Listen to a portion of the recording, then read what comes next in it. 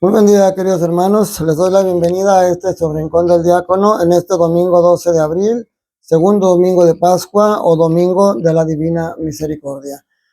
Vamos a meditar la palabra de Dios que, como siempre, en esta Pascua está centrada en la experiencia con Jesús resucitado. La primera lectura es del libro de los Hechos de los Apóstoles, capítulo 2, versículos del 42 al 47. Algo muy importante para nosotros como bautizados en este tiempo. Dice, en los primeros días de la iglesia, todos los que habían sido bautizados eran constantes en escuchar la enseñanza de los apóstoles, en la comunión fraterna, en la fracción del pan y en las oraciones. Esto nos da enseñanza, mis hermanos. Nosotros como bautizados tenemos que tener esas mismas 4 características que tenía la primera comunidad cristiana.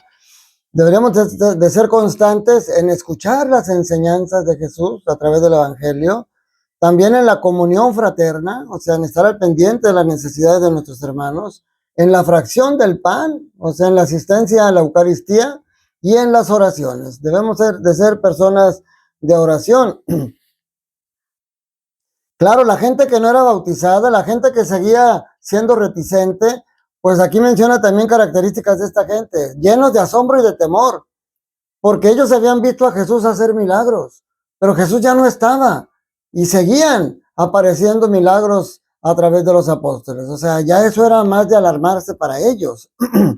Sin embargo, los creyentes, los que sí aceptaban al Señor, vivían unidos y sobre todo había algo que nos hace mucha falta el día de hoy, la congruencia entre liturgia y vida, porque ellos iban todos los días, dice que todos los días iban a misa, participaban todos los días en la fracción del pan, pero también todo lo que tenían, todas sus pertenencias las tenían en común. O sea, no eran indiferentes a la necesidad de las demás personas. Si alguien tenía un terreno, lo vendía y ponía el dinero a disponibilidad de los apóstoles. Entonces, es algo muy interesante. Y dice, diariamente se reunían en el templo y en las casas, partían el pan y comían juntos, con alegría y sencillez de corazón. Alababan a Dios y toda la gente los estimaba. Y el Señor, dice, y el Señor aumentaba cada día el número de los que habrían de salvarse. Ojalá que esto siga sucediendo hoy. Que la gente que vamos al templo seamos congruentes de vida y que eso pueda ser testimonio para que otras personas se acerquen al camino de la salvación.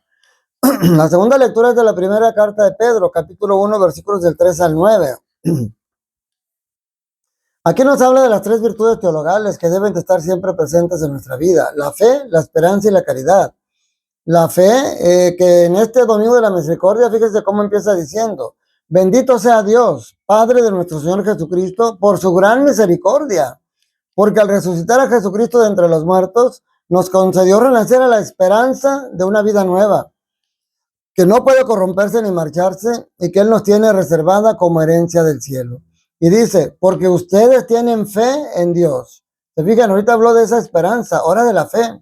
Él los protege con su poder para alcanzar la salvación que les tiene preparada y que Él revelará al final de los tiempos. Aparece en la fe, aparece la esperanza, pero esa fe que debe de ser tenaz, esa fe que no debe desaparecer aún en las adversidades. Dice, alégrense aun cuando ahora tengan que sufrir un poco por las adversidades de toda clase, a fin de que su fe, sometida a la prueba, sea hallada digno de alabanza. Porque así como el oro se acrisola con el fuego, la fe también es probada con las adversidades. Por eso dice que a pesar de que no hemos visto a Jesús y sin embargo lo amamos. Se fijan, aquí se cumple la tercera, la fe, la esperanza y el amor, que es la caridad.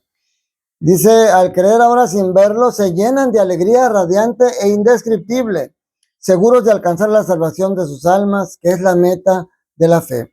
Esto es algo muy importante. La fe tiene que tener una meta, tiene que tener un camino hacia dónde ir.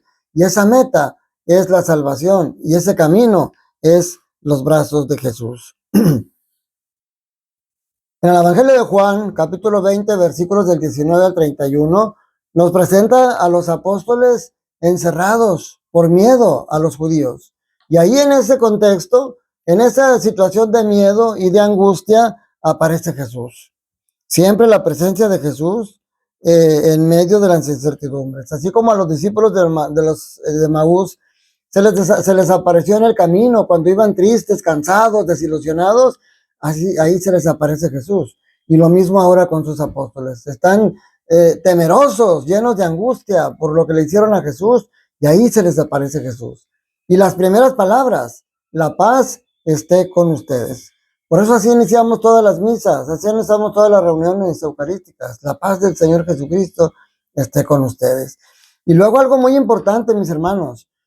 Obviamente estamos en Pascua, el paso de la muerte a la vida. Jesús a través de los evangelios y de las lecturas, del evangelio y de las lecturas de esta octava de Pascua y de esta cincuentena de Pascua, nos sigue enseñando que la muerte no es el final. Por eso insiste en enseñarle las manos y el costado, para decirles que ese cuerpo crucificado, ese es el mismo cuerpo resucitado, o sea, no es otro. El mismo hombre que estaba en la cruz es el mismo que ahora está frente a ellos, enseñándoles las pruebas, las marcas, porque la resurrección no borra el dolor, la resurrección no borra el pasado, la resurrección te hace que empieces una vida nueva, fortalecido con la presencia de Cristo. Ahora también es interesante. Acabamos de ver el jueves de Semana Santa cómo Jesús anunciaba la traición. Acabamos de ver cómo anunciaba el engaño o las negaciones de Pedro. Y luego vimos cómo eso se cumplió el viernes que los crucificaron y el sábado que lo estaban velando. Y vemos cómo se cumple en eso. Y a pesar de eso, y de que todos lo abandonaron, excepto Juan, él no llega con reclamos. Él no llega regañándolos ni reclamándoles por qué huyeron. Él llega trayéndoles el regalo de la paz y la confianza de que sigue confiando en ellos, la certeza de que sigue confiando en ellos. Por eso después de desearles la paz y después de darles muestras de que es el mismo Jesús crucificado el que ahora está resucitado, les dice, reciban el Espíritu Santo. Dice, como el Padre me envió, así los envío yo. O sea, él sigue con la misión que les tiene preparados para ellos, sigue confiando en ellos a pesar de la negación y de que lo abandonaron. Dice, sopló sobre ellos y les dijo, reciban el Espíritu Santo, a los que les perdonen los pecados les quedarán perdonados, y a los que no se los perdonen les quedarán sin perdonar. Ahí está hablando, mis hermanos, de ese regalo del sacramento de la reconciliación, y de que cuando tú dices, ¿por qué me voy a confesar con un hombre? Estamos viendo que Jesús nos dejó ese mandato y nos dejó ese don y ese regalo. A ellos les regaló el poder ser instrumentos de Jesús para hacer milagros y para perdonar pecados.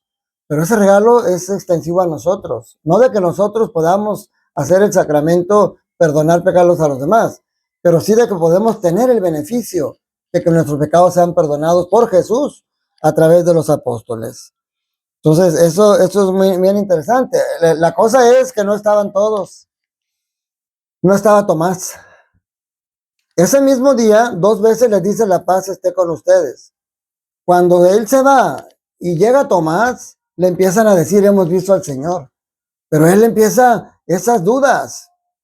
Si yo no veo los hoyos de sus manos, no veo sus heridas en el costado y no meto mi mano, no creeré. 8 días esperó Jesús para estar nuevamente en domingo frente a ellos y nuevamente le dice la paz esté con ustedes. Y luego le habla a Tomás. Ese Tomás que puede ser tú, ese Tomás que puedo ser yo cuando dudamos del Señor. Porque sí, cuando tú pecas y cuando tú no te acercas a la reconciliación, estás dudando de Jesús. Cuando tú dices, ¿por qué me pasa a mí esto? ¿Por qué tengo que sufrir? Estás dudando de Jesús. Porque Él prometió estar contigo en el dolor y en el sufrimiento, para que tú no te dejes vencer y puedas salir adelante. Yo creo que esos son de las cosas más importantes a resaltar en este domingo de la misericordia, porque por eso es de la misericordia. Tenemos un Jesús misericordioso, que entre paréntesis saludos al Padre Roberto y su comunidad de Jesús misericordioso ahí en Ruiz Cortines. Un abrazo para toda la comunidad y un saludo para el Padre Roberto. Pero ese es Jesús, el que está lleno de amor, lleno de misericordia para nosotros, el que a pesar de que lo traicionamos sigue confiando en nosotros. Te sigue diciendo, vayan, así como el Padre me envía, así los envío yo.